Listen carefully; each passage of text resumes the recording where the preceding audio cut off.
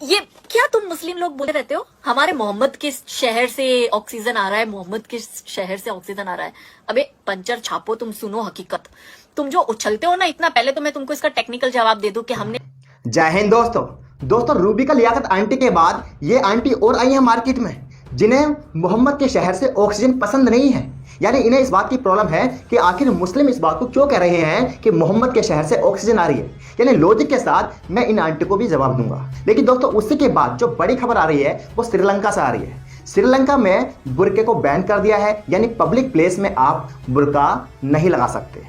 लेकिन दोस्तों उसी के बाद मैं आज आपको एक इंटरनेशनल स्टोरी बताऊंगा। ये स्टोरी है एक हिंदू लड़की की जिसका नाम विजय लक्ष्मी है, जिसने इस्लाम कबूल कर लिया। और उसकी स्टोरी बहुत ही शानदार है, कहीं ना कहीं आपको भावुक कर देगी और कुछ ना कुछ आपको सीख भी देगी। और उसी के बाद जो तीसरी स्टोरी है वो है, आपको पता होगा एक यूट्यूब चैनल था इफ वर्सेस वट, जो कि मुस्लिम के खिलाफ वीडियो बना रहा था, उसी पर एक लेटेस्ट अपडेट भी है। लेकिन दोस्तों सबसे पहले जब बात करेंगे एक ऐसी खातून के बारे में, एक ऐसी आंटी के बारे में जिन्हें ये बात हजम नहीं हो रही है कि आखिर सऊदी अरब से जो ऑक्सीजन आई है, इस बात को मुस्लिम ये बात क्यों कह रहे हैं कि मोहम्मद के शहर से ऑक्सीजन आ रही है। पहले आप उनकी ये वीडियो देखिए। ये क्या तुम मुस्लिम लोग बोलते रहते हो हमारे मोहम्मद के शहर से ऑक्सीजन आ रहा है, मोहम्मद के शहर से ऑक्सीजन आ रहा है। अबे पंचर छापो, तुम सुनो हकीकत। तुम जो उछलते हो ना इतना, पहले तो मैं तुमको इसका टेक्निकल जवाब दे दूं कि हमने भी वैक्सीन भिजवाई है, हमने भी दवाइयां भिजवाई है और इंटरनेशनल करार होते हैं। ओके, दूसरी चीज मैं तुम्हें एक बात बताऊं, तुम लोग जिस अरब देश पर उछल रहे हो ना, उस अरब देश में तुम्हारी औकात थर्ड क्लास सिटीजन की है। तुम्हें मैं बता दूं, खैर तुम्हारी तो औकात ही नहीं है कि तुम विदेश जाके देख पाओ इस अरब कंट्री में। यूएई के जो 7 देश मिलकर जिन्होंने यूएई बनाया, वहां पे तुम्हारी औकात क्या है पता है? ये पाकिस्तान के मुसलमान और हिंदुस्तान के मुसलमान, इन दोनों देश के मुसलमानों को वहां पे थर्ड क्लास सिटीजन की तरह ट्रीट किया जाता है। और वहां पे ये ड्राइविंग का काम करते हैं या टॉयलेट बाथरूम साफ करने का काम करते हैं, या अरबियों के जो घोड़े होते हैं ना, उनकी टॉयलेट साफ करने का ये काम करते हैं। ये मैं तुम्हें बहुत सच बता रही हूँ। वो तुम्हें असली मुसलमान मानते भी नहीं है। शुक्र करो जो इज्जत तुम्हें भारत में मिल रही है ना, उसकी 0.001% भी तुम्हें इज्जत वहां पे अरब कंट्री में नहीं मिलती है। क्यों नंगा हो रहे हो, क्यों मेरा मुंह खुलवा रहे हो?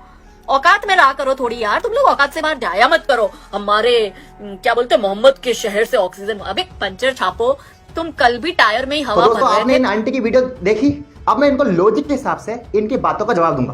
पहली सवाल ये करती हैं कि आखिर मुस्लिम जो है इस बात से खुश क्यों हो रहे हैं कि मोहम्मद के शहर से ऑक्सीजन आ रही है। मुस्लिम इस बात से इसलिए खुश हो रहे हैं आंटी जी, क्योंकि मोहम्मद सल्लल्लाहु अलैहि वसल्लम ने फरमाया था कि मुझे हिंद की मिट्टी से खुशबू आती है।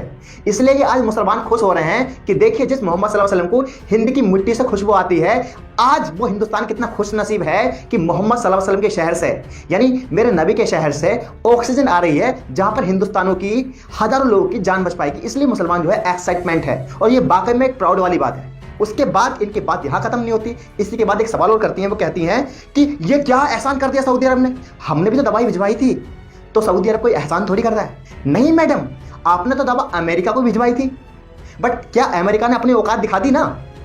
आपने तो दवा अमेरिका को भी दी थी और भी देशों को दी थी, अमेरिका ने अपनी औकात दिखा दी।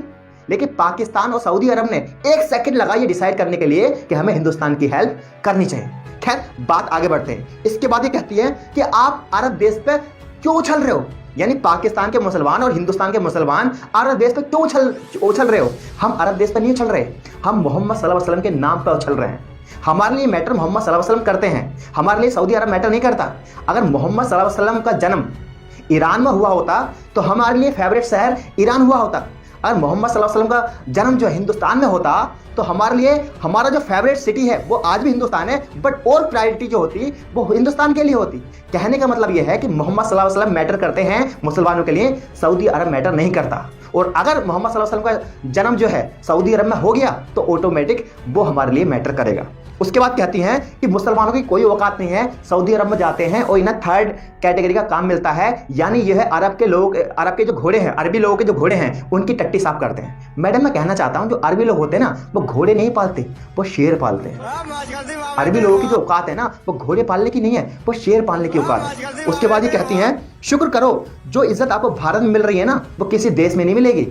मैडम भारत में जो मुसलमानों को इज्जत मिल रही है ना आंटी, यहाँ के मुसलमानों ने वो इज्जत बनाई है, वो डिजर्व करते हैं। अगर नहीं भरोसा हो ना तो दिल्ली में इंडिया गेट पर चले जाना और देखना कि मुसलमानों ने कितने लोगों ने इस देश के लिए कुर्बानी दी, जान दी। इतिहास को मिटाया नहीं जा सकता, इतिहास को ना मुंह मोड़ा जा सकता है, इतिहास को पढ़ने की जरूरत है। इसके बाद ये कहती है कि अब पंचर लगाओ, आप पंचर लगाओ। नहीं मैडम, मुसलमान पंचर लगाकर 22 लाख की कार कैसे खरीद सकता है? एक मुसलमान ने 22 लाख की कार बेच दी, पंचर से 22 लाख की कार नहीं आ सकती। एक मुसलमान ने 400 करोड़ का एम्पायर खड़ा कर दिया और 1 करोड़ की ऑक्सीजन बांट दी।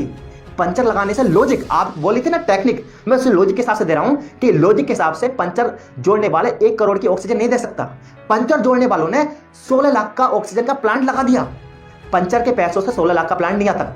पंचर जोड़ने वालों ने लगभग 8 करोड़ रुपए डोनेट कर दिए कोरोना के लिए। अजीम प्रेम जी वो पंचर जोड़ने का काम नहीं करते हैं। उसके बाद क्या कहती हैं, कल टायर में हवा भर रहे थे और आज भी। नहीं मैडम, आज कल का तो पता नहीं, कि आज मुसलमान जो है लोगों की जिंदगी बचा रहा है, ऑक्सीजन का प्लांट लगा रहा है, लोगों की जान बचा रहा है। जब हिंदू परिवार वालों के, हिंदू भाई बहनों के अंतिम संस्कार के लिए उनके घर वाले डर रहे हैं, उनके रिश्तेदार डर रहे हैं, उस समय मुसलमान सामने आ रहा है और उन लोगों की हेल्प कर रहा है, उन लोगों का अंतिम संस्कार कर रहा है। ये एक प्रैक्टिकली है। तो आप समझ सकते हो कि मुसलमानों ने इस देश को लिए क्या दिया और मुसलमान इस देश की इज्जत क्या कर रहे हैं। मुझे लगता है ये जो खातून है ना, अब रूबिका लियाकत की आंटी की तरह अब ये दोबारा सवाल नहीं करेंगे, इनको लॉजिक के हिसाब से इनका जवाब मिल गया। लेकिन दोस्तों उसी के बाद अगर मैं बात करूं तो मैं बात करने जा रहा हूं श्रीलंका में।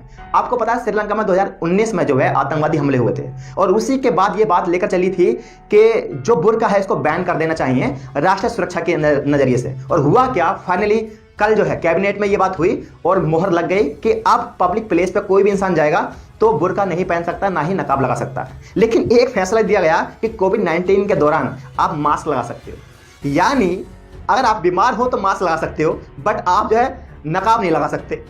अगर आप बीमार हो तो आप अपने हाथ को सैनिटाइज कर सकते हो, बट इस्लाम कहता है कि आप वजू करो तो वो आपको प्रॉब्लम नहीं है। तो यहां से समझ सकते हो कि इस्लामोफोबी जो है वो केवल इंडिया में नहीं पूरी दुनिया में। उसी के बाद दोस्तों हम जो बात करने वाले हैं एक ऐसी लड़की के बारे में जो केरल में रहती थी, बट 5 साल पहले वो यूएई में चली गई, जिसका नाम था विजय लक्ष्मी। उसके बाद उन्होंने इस्लाम कबूल कर लिया और आज उनका नाम जो है अल्हम्दुलिल्लाह फातिमा नौशाद है। अब ये स्टोरी मैं क्यों बता रहा हूँ, क्योंकि उनकी जिंदगी में जो बदलाव आए हैं ये आपको महसूस करने की जरूरत है। विजय लक्ष्मी केरल की रहने वाली है, 2015 में यूएई में चली गई। अब उनका नाम फातिमा नौशाद है। फातिमा जो दुबई में मेडकेयर आर्थोपेडिक और स्पाइन हॉस्पिटल में एक एस्थेनेसिया टेक्नीशियन है। उन्होंने बचपन से ही इस्लाम संस्कृति का बहुत शौक था, धर्म को जानने की बहुत उनके अंदर जिज्ञासा थी। और उनका कहना है कि ऐसा नहीं कि शादी के बाद मैंने इस्लाम कबूल कर लिया, शादी से पहले भी वो रोजे रखती थी।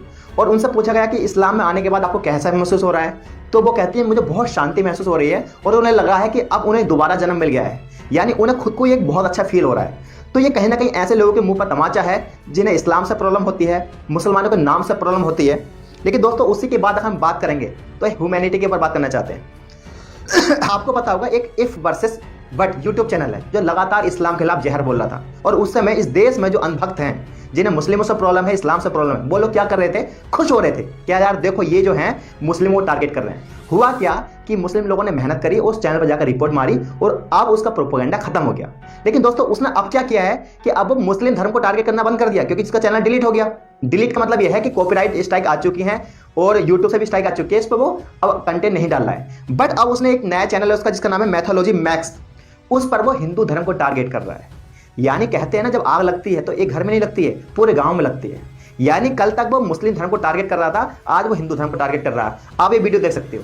और मैं एक बात दावे से कह रहा हूं कि ये एक संस्था है, एक ऐसी संस्था जो हिंदुओं को टारगेट करते हैं, मुस्लिम को टारगेट करते हैं, यानी कहीं ना कहीं रिलीजियस संस्कृति को टारगेट करते हैं और उसके नाम पे पैसा कमाते हैं। इसलिए मेरे सारे मुस्लिम भाइयों से ये अनुरोध है कि मुस्लिम लोगों ने हमेशा एक बड़कपन दिखाया है, हालांकि सारे कौम के लोगों ने दिखाया है। मैं चाहता हूं कि आप मैथोलॉजी मैक्स चैनल पर जाएं और आप हिंदू भाइयों की हेल्प करें, इसके चैनल को रिपोर्ट करें और इस चैनल को बंद कराएं। जिस तरीके से आपने इफ वर्सेस बट को आपने साइलेंट कराया, मैं चाहता हूं कि आप मैथोलॉजी मैक्स जो चैनल है इसे भी इतनी रिपोर्ट करें ताकि ये हमारे हिंदू भाइयों के धर्म को टारगेट नहीं कर पाए। तो मुझे उम्मीद है कि रूबिका लियाकत आंटी को जवाब मिल गया होगा। उसके बाद ये नई आंटी जो आई है मार्केट में, इन्हें भी जवाब मिल गया होगा कि मुस्लिम जो है आप केवल पंचर नहीं जोड़ता है, मुस्लिम ऑक्सीजन दे रहा है, मुस्लिम लोगों की जान बचा रहा है, मुस्लिम अंतिम संस्कार कर रहा है, मुस्लिम अपने बाइक बेच के ऑक्सीजन का काम कर रहा है, मुस्लिम 1 करोड़ का डोनेट कर रहा है, मुस्लिम 9,000 करोड़ रुपए का डोनेट कर रहा है। ये सारी तस्वीरें जो है आपको गूगल पर मिल जाएंगी। मुझे उम्मीद है ये वीडियो आपको पसंद आई होगी। अगर आपको हमारा काम पसंद आता है तो आप मुझे इंस्टाग्राम पर भी फॉलो कर सकते हैं, लिंक जो है डिस्क्रिप्शन में दे रखा है। साथ ही साथ आप इंस्टाग्राम पर जाइए और वहां सर्च कीजिए रियल मोहम्मद अरबाज। मिलता हूं नई वीडियो के साथ, तब तक के लिए अपना ख्याल रखें।